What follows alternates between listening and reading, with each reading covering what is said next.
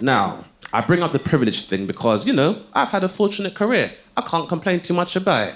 But there are whispers in the entertainment community as to how Dane became successful.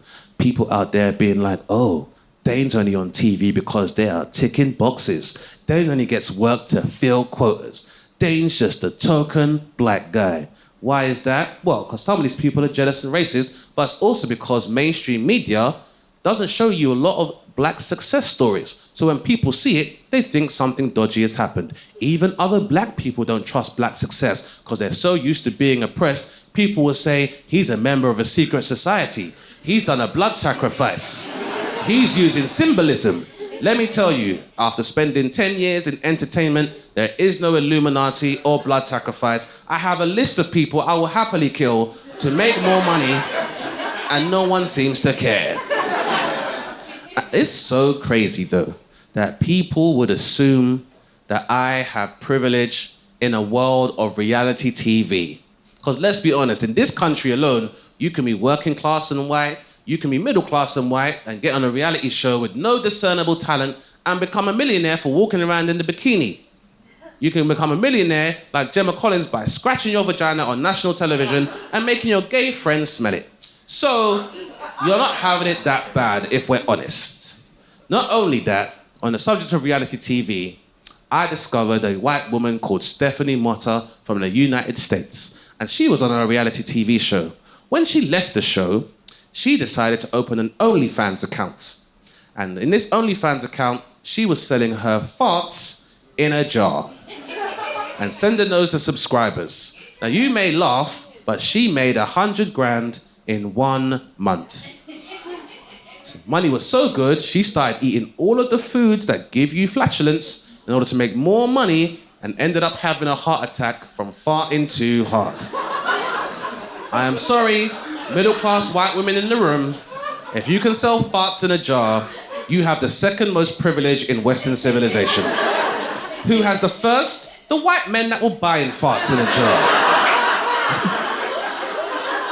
Now, I know there's some white men in here being like, we weren't all buying farts in a jar, there must have been some Asian guys. No Asian man is buying farts in a jar when there's curry in the fridge at his mama's house. He can get farts on tap whenever he wants. And no black person is buying farts in a jar when they can have macaroni cheese or condensed milk or Guinness punch.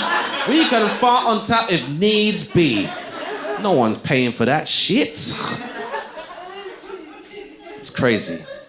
So that's right, when it comes to privilege, I don't think I have much apart from, maybe remaining dignified and going bald. But that's also a problem, because I'm not the only black bald comedian in this industry.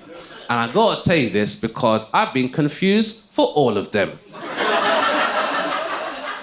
And that's something that, my white contemporaries don't deal with, mistaken identity. And that's happened to me a lot. Tell you guys a story. Back in 2014, I was the first black British person in all of Edinburgh's history to be nominated for an award. Not bragging, just saying. Thank you very much. Thank you. I tell you this because I have a great friend who's also bald and black, and everybody thought he was me. You might laugh, but he got free drinks, and he even got a threesome because they thought he was me. What the fuck are you laughing at? I want a threesome. I earned that shit.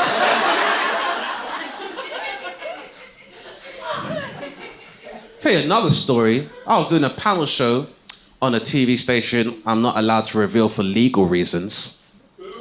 Well, it rhymes with ITV Schmoo. Are you happy? Anyway, they asked me to approve some pictures for promo and sent me pictures of the comedian Richard Blackwood. True story. Now, Richard is an icon, inspiration, but he is older than me by about 10 years, and he has hair. So I kicked up a little stink, and the person that sent them to me, they got fired.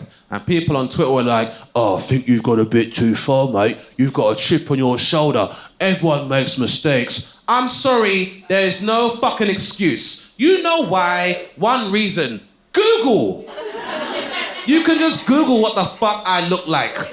We can't still be confusing Black people in a world with 1,080 megapixel TV screens and 4K screens. You're telling me we can see the surface of Mars, but you're still confusing black skin? Shut the fuck up, please. No excuse. The other reason why I'm not having any white person confuse me for another bull black comedian is because white people have pets. And when your pets go missing, you get missing posters. And you put those posters up all over the city on trees and lampposts, and people who have never met your fucking pet in their entire lives are supposed to be able to find your pet. They're like, excuse me, have you seen Sprinkles? He's a black cat with a white dot on his paw. Can you help?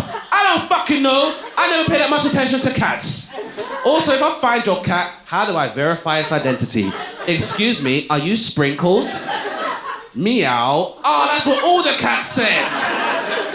Why won't the cat community cooperate with law enforcement?